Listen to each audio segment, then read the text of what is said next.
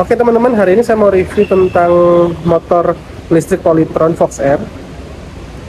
Jadi hari ini saya mau coba karena saya sudah datang dari 2 hari lalu dan tadi saya coba trip dari rumah saya sampai di kantor saya sekitar 27 km. Ya saya lagi coba dan saya mau mungkin review jujur aja teman-teman, karena ini bukan review tentang sound system teman-teman, tapi saya mau review tentang motor listrik ini. Oke teman-teman, ini tampilan dari motor Polytron Fox R. Di sini saya mau review aja jujur teman-teman, dan memang bukan di ranah saya, tapi saya mau review sebagai pengguna ya guys. Jadi selama ini saya pakai motor saya Revo, dan saya untuk motor kadang-kala saya pakai Vilano atau pakai Scoopy ya. Ini motor ketiga kami lah di rumah ya. Ya, motor pertama Vilano, motor pertama Revo, 2 Vilano, 3 Scoopy. Scoopy-nya juga baru beli bulan kemarin teman-teman, bulan Januari 2025, dan ini saya beli tahun Februari 2025. Ya, saya mau review jujur sebagai pengguna kendaraannya guys ya. Pertama, dari kelebihan aja dulu pertama teman-teman ya. Yang benar, di kelebihan pertama adalah kita nggak perlu pusing masalah dia kehabisan bahan bakar apa enggak, karena pembelian ini sudah include sama chargernya, dan chargernya itu kita bisa cas di mana aja ya. Kelebihan pertama. Terus kelebihan kedua, dia dari segi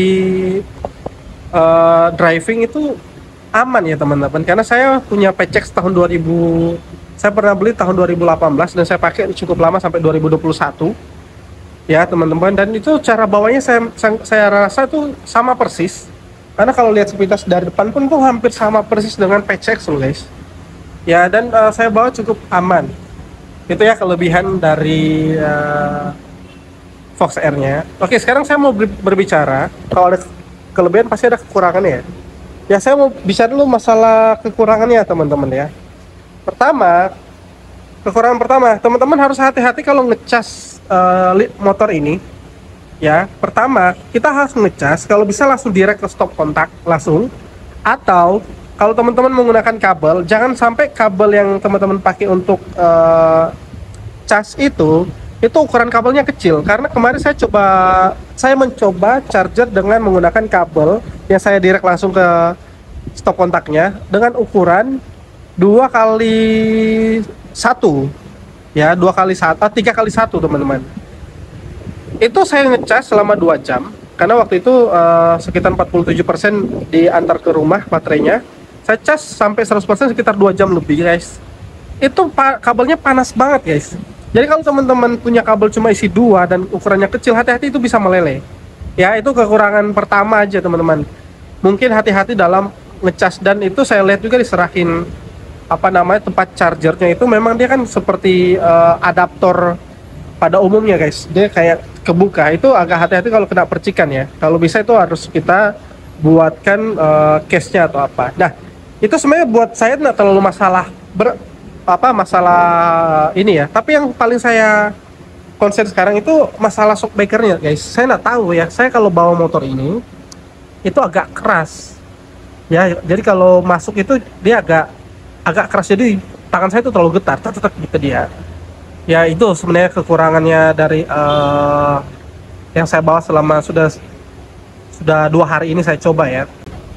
Dari segi driving, saya sudah bilang seperti tadi itu aman.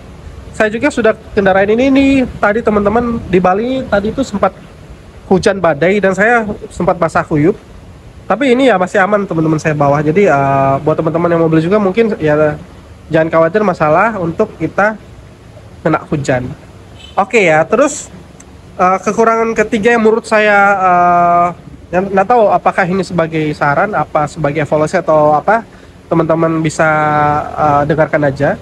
Ini kalau kita nyebrang ya, ini tips saya guys, kalau umpamanya kita nyebrang itu kan ada 2 versi D sama S. Nah, sama seperti kita bawa motor, kalau di versi D kalau kita gas itu dia kan responnya lambat kan teman-teman, tapi dia bakal jalan. Nah, kalau kita mau menyeberang jalan, saran saya mendingan kita pakai mode sport aja teman-teman, karena waktu itu saya berhenti dari kanan jalan, saya mau ubah posisi ke kiri jalan ya, padahal jalannya agak datar, itu dia powernya kayak kurang guys gitu kan. Terus saya ubah ke versi S.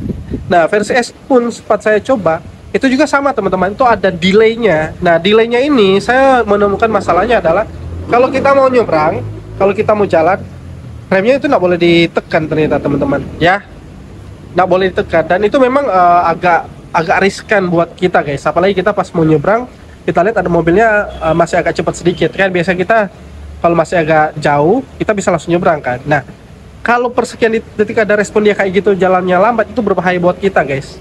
Jadi ini mungkin buat apa ya namanya, saran apa tips buat teman-teman yang mau mengendarai Fox R ini. Oke ya, terus itu aja sih sebenarnya yang saya rasain selama menggunakan 2 hari ini teman-teman. Jadi masalah apa namanya, bensin, masalah itu saya udah tahu pikirkan ya. Jadi saya bisa ngecas di mana aja, dan itu cukup ya cukup cepat juga sebenarnya cas ya. Kalau umpamanya cuma 2 jam, kita sambil kerjakan, kita nggak tahu juga kan sudah full apa enggak.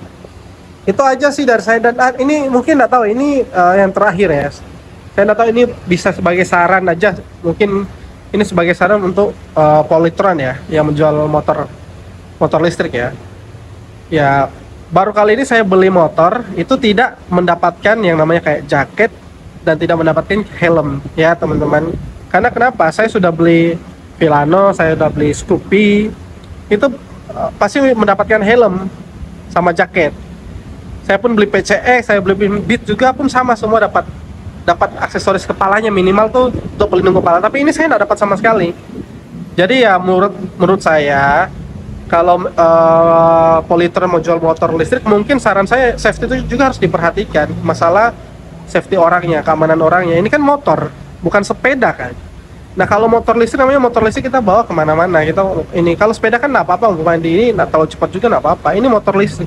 Masa kita beli harga dengan 15 jutaan, terus kita sudah langganan 200.000 per bulan.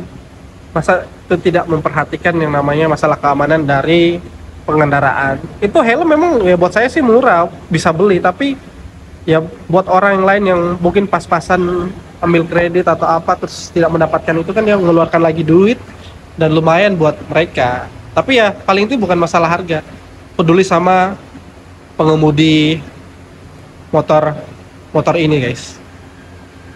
Oke, jadi itu aja review dari saya teman-teman. Semoga review ini bisa berguna buat teman-teman semua. Dan ini saya reviewnya ini teman-teman ya, jujur ya, saya sebagai pelaku dari motor konvensional, saya pindah ke motor listrik. Sekarang saya apa-apa menggunakan motor listrik seperti itu.